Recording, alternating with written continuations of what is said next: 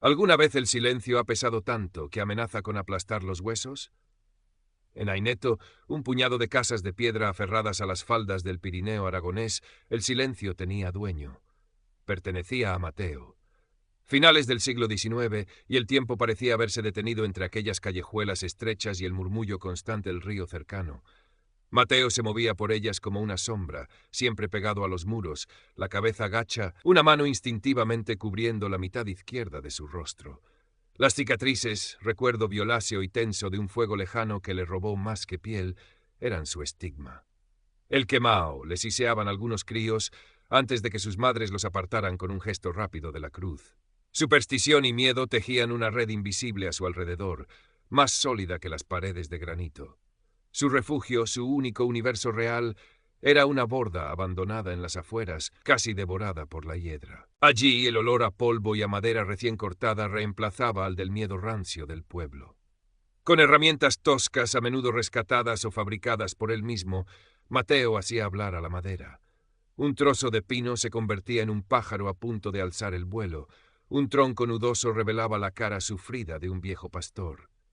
Sus manos, una de ellas también marcada por el fuego pero sorprendentemente ágil, obedecían a una visión interior que nadie más en Aineto parecía poseer ni querer ver.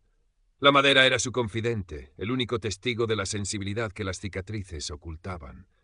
Existía un anhelo silencioso en su corazón, tan oculto como sus tallas. Se llamaba Elena, la hija del alcalde, con su cabello como el trigo maduro y su risa que sonaba a campanas lejanas. La observaba desde las sombras de la plaza, durante la misa del domingo, sintiendo la distancia infranqueable que los separaba. Ella era la luz del pueblo, él la oscuridad marcada. A veces sus miradas se cruzaban fugazmente y Elena apartaba la vista, no con maldad, quizás solo con la incomodidad aprendida de quien no sabe cómo tratar con lo diferente.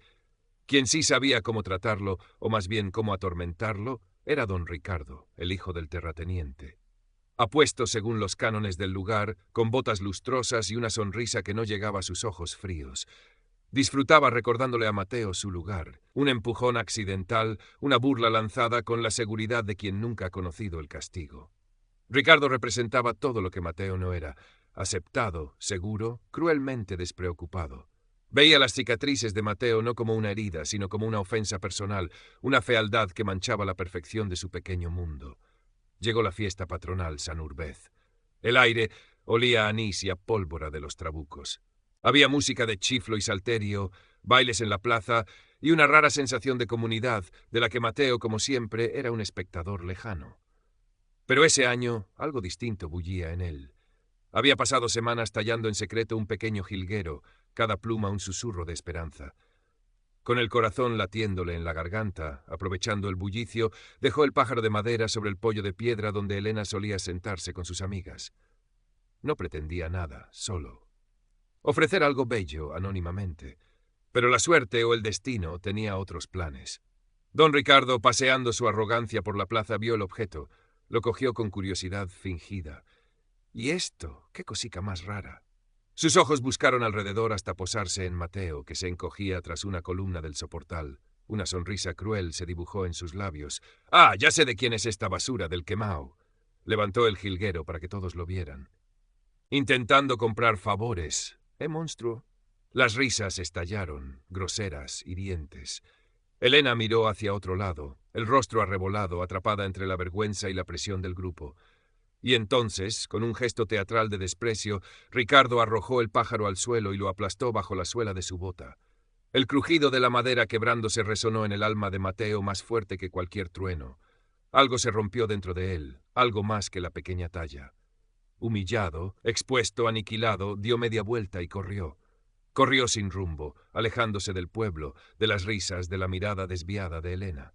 Corrió hacia las montañas mientras el cielo, como si compartiera su furia y su dolor, empezaba a oscurecerse, anunciando una tormenta de verano de esas que sacudían los cimientos de piedra y alma. El viento aullaba entre los picos, arrastrando lluvia y granizo. Mateo, empapado y temblando, más por la herida interior que por el frío, se adentró en el bosque, tropezando con raíces, arañado por las ramas. La desesperación era un sabor amargo en su boca.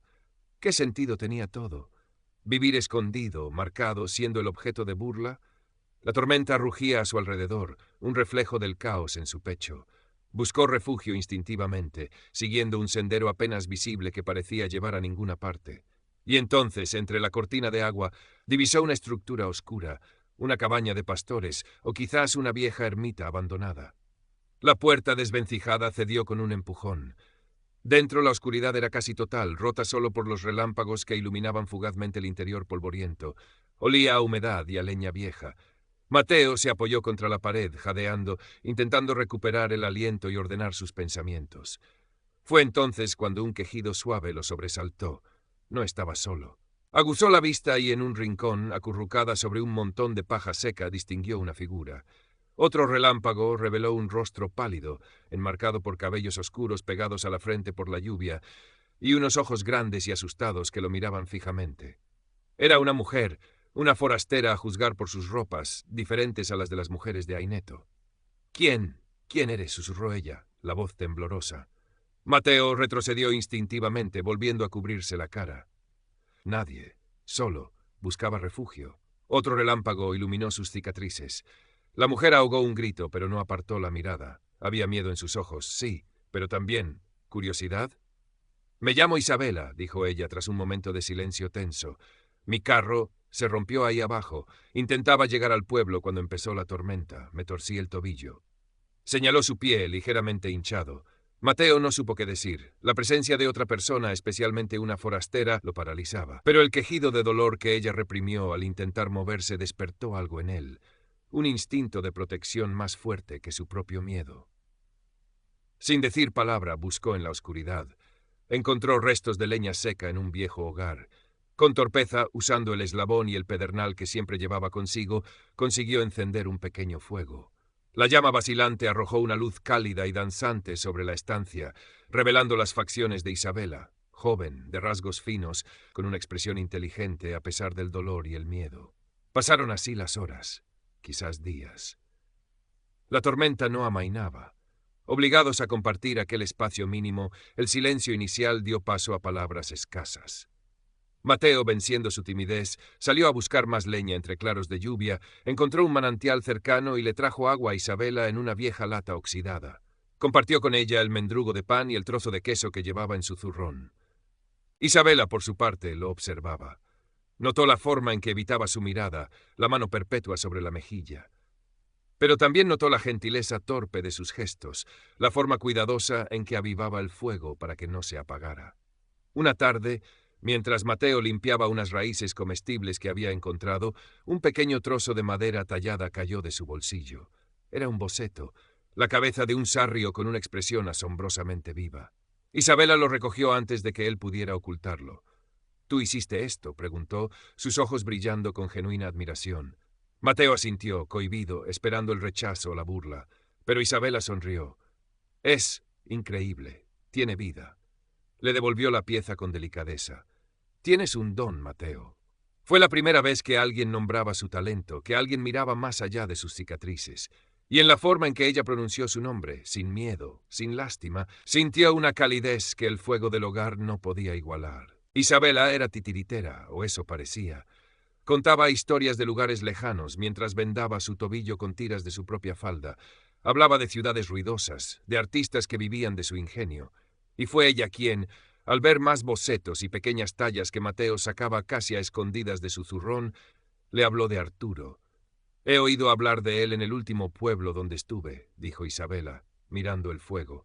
«Un viejo tallista que vive solo en las montañas. Dicen que es un genio, pero huraño como un oso, que hace hablar a la madera». Miró a Mateo fijamente.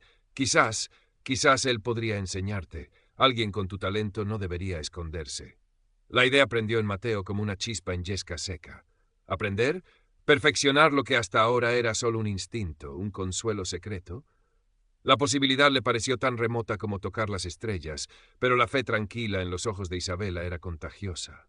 Cuando la tormenta finalmente empezó a ceder, dejando un aire limpio y un sol pálido que se filtraba entre las nubes, Isabela aún no podía caminar bien. «Ve tú, Mateo», le dijo con una sonrisa que intentaba ser valiente. «Busca a ese Arturo. Yo estaré bien aquí. Intentaré bajar al pueblo cuando pueda». Con una determinación que nunca antes había sentido, Mateo partió. Siguió las indicaciones vagas que le había dado Isabela, preguntando con timidez en alguna pardina aislada. El camino era empinado, el aire de la montaña fresco y vigorizante. Finalmente, en una ladera solitaria, donde los pinos negros crecían aferrándose a la roca, encontró la morada de Arturo. Una cabaña tosca, con humo saliendo perezosamente de la chimenea y un montón de troncos apilados en el exterior. Llamó a la puerta con el corazón en un puño. La puerta se abrió con un chirrido y apareció un hombre viejo, encorvado, con una barba blanca y descuidada y unos ojos penetrantes y azules como el hielo. Miró a Mateo de arriba abajo, deteniéndose en sus cicatrices sin disimulo. «¿Qué quieres?», gruñó, la voz áspera como la corteza de un árbol. «Yo he oído hablar de usted. Soy tallista, bueno, aprendiz. Quisiera aprender». Las palabras salieron atropelladas, casi inaudibles. Arturo soltó una risotada seca. «¿Aprender? ¿De mí? Lárgate. No enseño a mocosos curiosos, y menos a uno que parece haber peleado con el diablo y perdido». Dio un portazo, dejando a Mateo plantado en el umbral, el eco de la risa resonando en sus oídos. Pero Mateo no se movió. La imagen de la fe de Isabela, el recuerdo de la humillación en la plaza, la recién descubierta chispa de esperanza, algo le impedía darse por vencido. Se sentó en una piedra cercana a la vista de la cabaña y esperó. Pasaron las horas. El sol empezó a bajar. Arturo no volvió a salir. Mateo sacó un trozo de madera de su zurrón y con su navaja empezó a tallar casi sin pensar, dejando que sus manos expresaran la mezcla de decepción y terca determinación que sentía. Al día siguiente seguía allí. Arturo salió al amanecer para cortar leña. Ignoró a Mateo por completo, pero al mediodía, cuando el viejo se disponía para comer, se detuvo. «Todavía aquí, ¿eh?», masculló. Se acercó a Mateo y miró la pequeña figura que estaba terminando.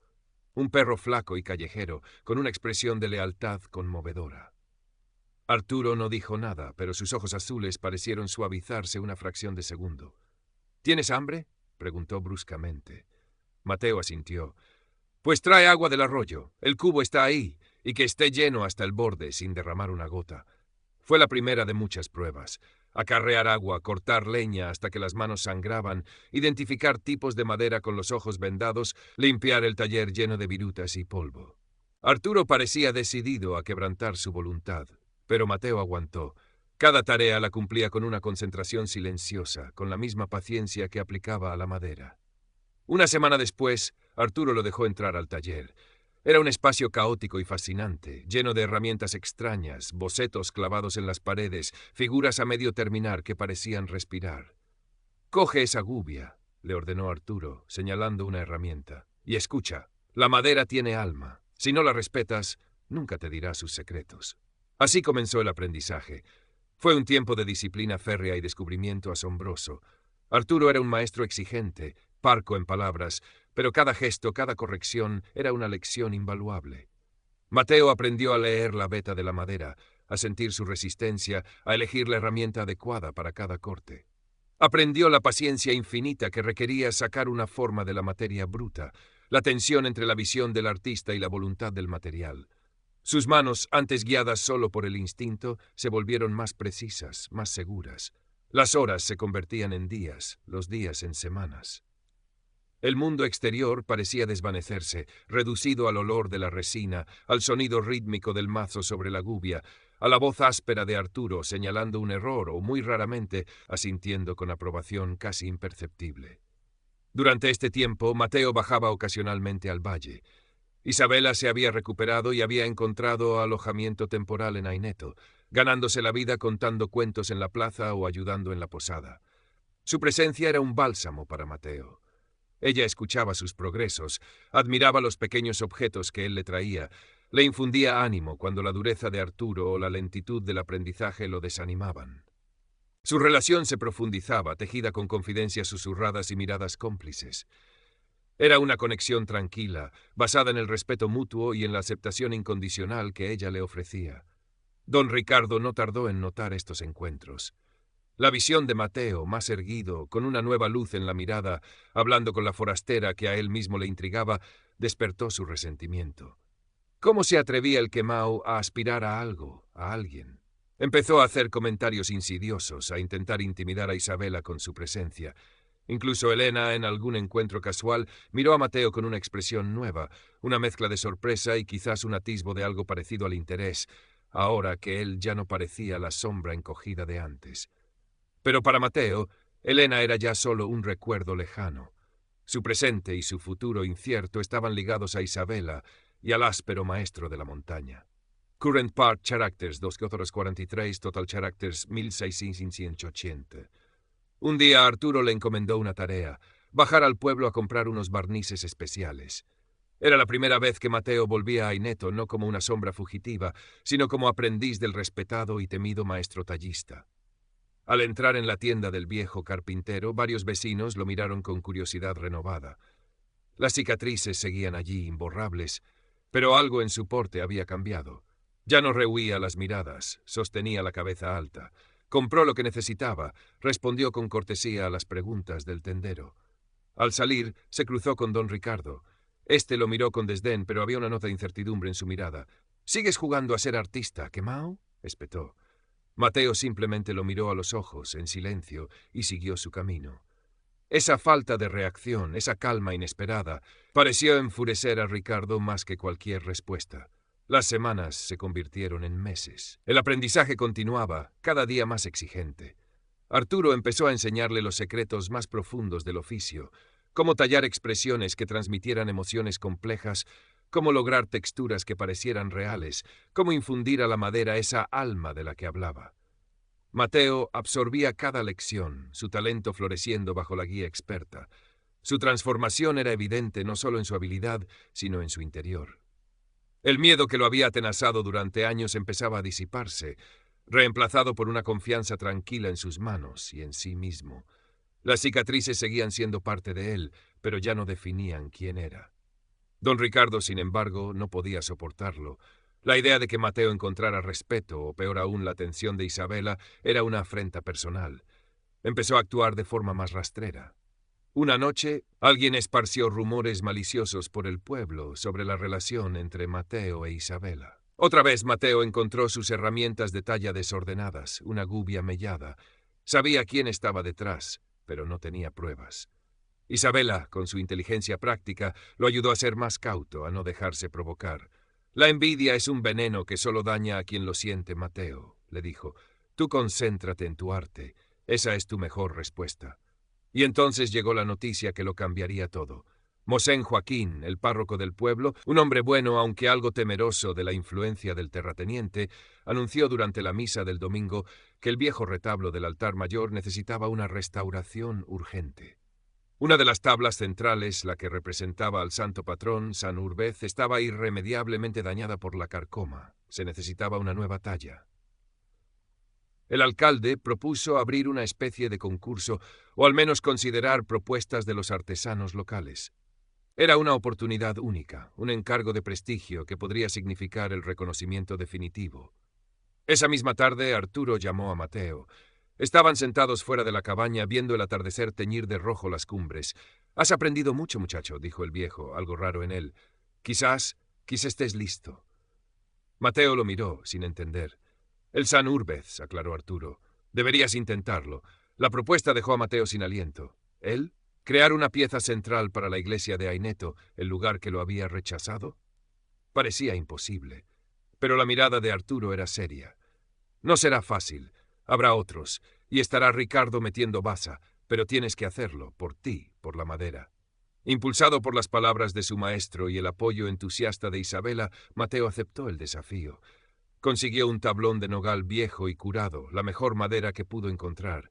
Se encerró en el taller de la montaña, apenas durmiendo, apenas comiendo. El rostro del santo empezó a emerger bajo sus manos. No quería copiar las imágenes tradicionales, quería encontrar la esencia de San Urbez, el pastor que se hizo santo, un hombre del pueblo, fuerte y humilde. Vertió en la talla toda su experiencia, su dolor pasado, su esperanza recién encontrada.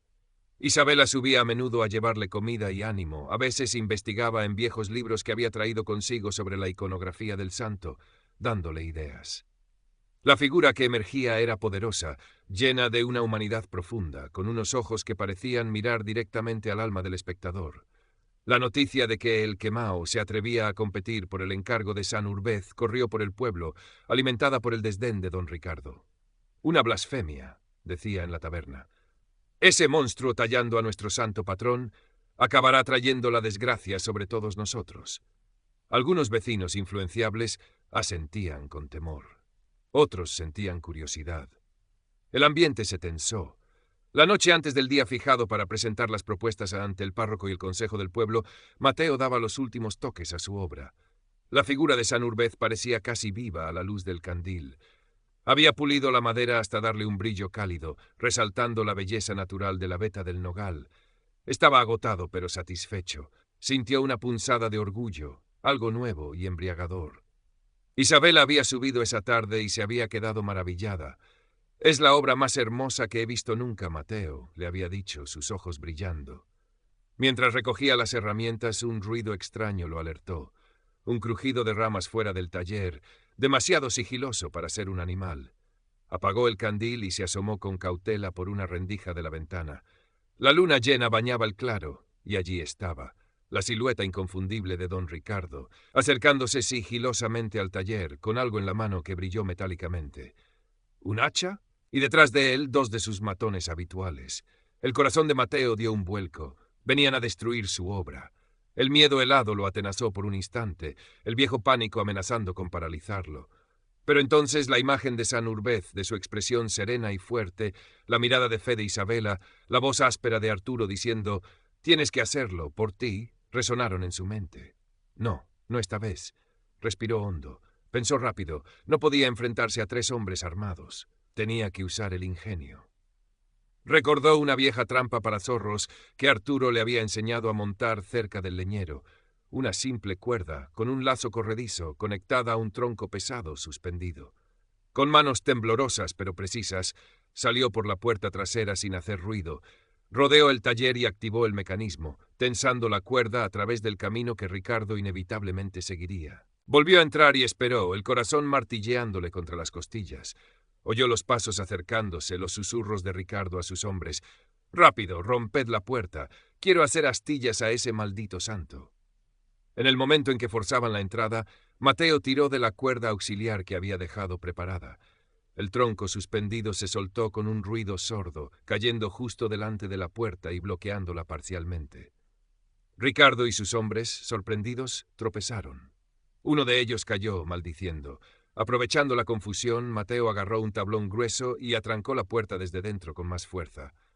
«Largo de aquí, Ricardo», gritó, su voz más firme de lo que jamás había sonado. «Sé lo que intentas hacer». Ricardo, enfurecido, empezó a golpear la puerta. «Sal de ahí, cobarde, te vas a enterar». Pero los golpes sonaban menos seguros ahora. La trampa, aunque simple, los había descolocado. Y entonces se oyó otra voz, áspera y potente, acercándose desde el bosque. «¿Qué escándalo es este?» Era Arturo, alertado por el ruido o quizás por una premonición. Llevaba su vieja escopeta de caza. Al ver al maestro, los matones de Ricardo vacilaron. Incluso Ricardo pareció perder algo de su arrogancia. «No es asunto tuyo, viejo», masculló. «Lárgate, ¿O qué, niñato?», replicó Arturo, plantándose frente a él. «He oído tus amenazas en el pueblo. Intenta tocar a mi aprendiz o su trabajo y te juro que probarás la sal de mi escopeta». La determinación en los ojos azules del viejo era temible. Ricardo, viendo que la situación se le escapaba de las manos y que Arturo no bromeaba, masculló una maldición y se retiró, seguido por sus secuaces. Mateo, apoyado contra la puerta atrancada, escuchó sus pasos alejarse y soltó el aire que no sabía que estaba conteniendo. Estaba a salvo. Su obra estaba a salvo. Al día siguiente, la presentación de las propuestas se hizo en la sacristía de la iglesia. Había otros 2 artesanos locales, con tallas correctas pero convencionales. Cuando Mateo, ayudado por Arturo, descubrió su San Urbez, se hizo un silencio denso. Mosén Joaquín se acercó, sus ojos miopes examinando cada detalle. El alcalde, el padre de Elena, carraspeó impresionado a su pesar. Incluso los miembros del consejo, hombres prácticos y poco dados a la emoción, se inclinaron para ver mejor. La figura no era solo una imagen piadosa. Era un hombre de la tierra, con la fuerza tranquila de las montañas en su rostro, la dignidad del trabajo en sus manos y una mirada que hablaba de fe profunda y compasión. Transmitía algo que las otras tallas no tenían: alma. Don Ricardo estaba presente, con el rostro contraído por la rabia y la humillación. Intentó desacreditar la obra. Demasiado tosca, dijo en voz alta. No respeta la tradición. Además, ¿vamos a permitir que las manos de él tallen a nuestro patrón? Pero sus palabras sonaron huecas. La belleza y la fuerza de la talla hablaban por sí solas. Mosén Joaquín se irguió. La tradición, dijo con calma, también consiste en reconocer el don cuando se manifiesta. Y aquí hay un don innegable. Miró a Mateo. Hijo, has hecho un trabajo excepcional. Sanurves estaría orgulloso. La decisión fue unánime. La talla de Mateo ocuparía el lugar de honor en el retablo. Fue un momento de inflexión. La gente empezó a mirar a Mateo de otra manera. No olvidaron las cicatrices, pero ahora veían también al artista, al hombre capaz de crear belleza y emoción con sus manos. Recibió encargos modestos, reparar una silla, tallar un pequeño crucifijo. El respeto, ganado a pulso, empezó a reemplazar al miedo y al rechazo. Don Ricardo, desacreditado y objeto de murmullos por su intento de sabotaje, perdió gran parte de su influencia y su arrogancia se vio mermada, aunque su resentimiento permaneció. Current Part Characters 222, Total Characters 2725. Una tarde Mateo y Arturo compartían un trago de vino en la ermita. El viejo maestro levantó su vaso. Lo hiciste bien, muchacho. No solo con la madera. Era el mayor elogio que Mateo había recibido de él. Había una nueva camaradería entre ellos, un respeto mutuo forjado en el trabajo y la adversidad compartida. Pero la conversación más importante tuvo lugar con Isabela, junto al río que bajaba cantando desde las cumbres. El sol se filtraba entre las hojas de los chopos, creando manchas doradas en el agua. ¿Y ahora qué, Mateo?, preguntó ella suavemente. Mateo la miró. Sus ojos ya no se desviaban. Ahora, dijo, tomando su mano, sintiendo la calidez de su piel contra la suya, marcada y lisa a la vez. Ahora sé que no tengo que esconderme, ni de mis cicatrices, ni de mi arte. Sonrió, una sonrisa tímida pero genuina. Gracias a ti y Arturo. Tú hiciste el trabajo duro, Mateo, replicó Isabela. Yo solo te recordé la fuerza que ya tenías dentro. Se miraron en silencio, un silencio lleno de palabras no dichas, de sentimientos que habían crecido como raíces fuertes entre ellos. ¿Te quedarás en Aineto?, preguntó él finalmente. Isabela negó con la cabeza. Mi camino sigue. Hay otras historias que contar, otros lugares que ver. Pero, añadió, apretando su mano, quizás mi camino y el tuyo puedan ir juntos durante un tiempo, o para siempre. Tu arte merece ser visto más allá de estas montañas, y yo me gustaría estar allí para verlo. La propuesta flotó en el aire, llena de posibilidades. Marcharse de Aineto, el lugar de su dolor, pero también de su renacimiento. O quedarse, abrir un pequeño taller, echar raíces donde antes solo había encontrado rechazo.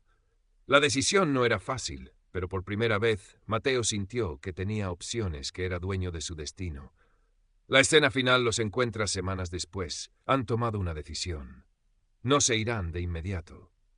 Mateo ha alquilado un pequeño local en una callejuela tranquila del pueblo, el antiguo taller de un herrero. Con la ayuda de Isabela y los consejos prácticos de Arturo, lo están adecentando. El letrero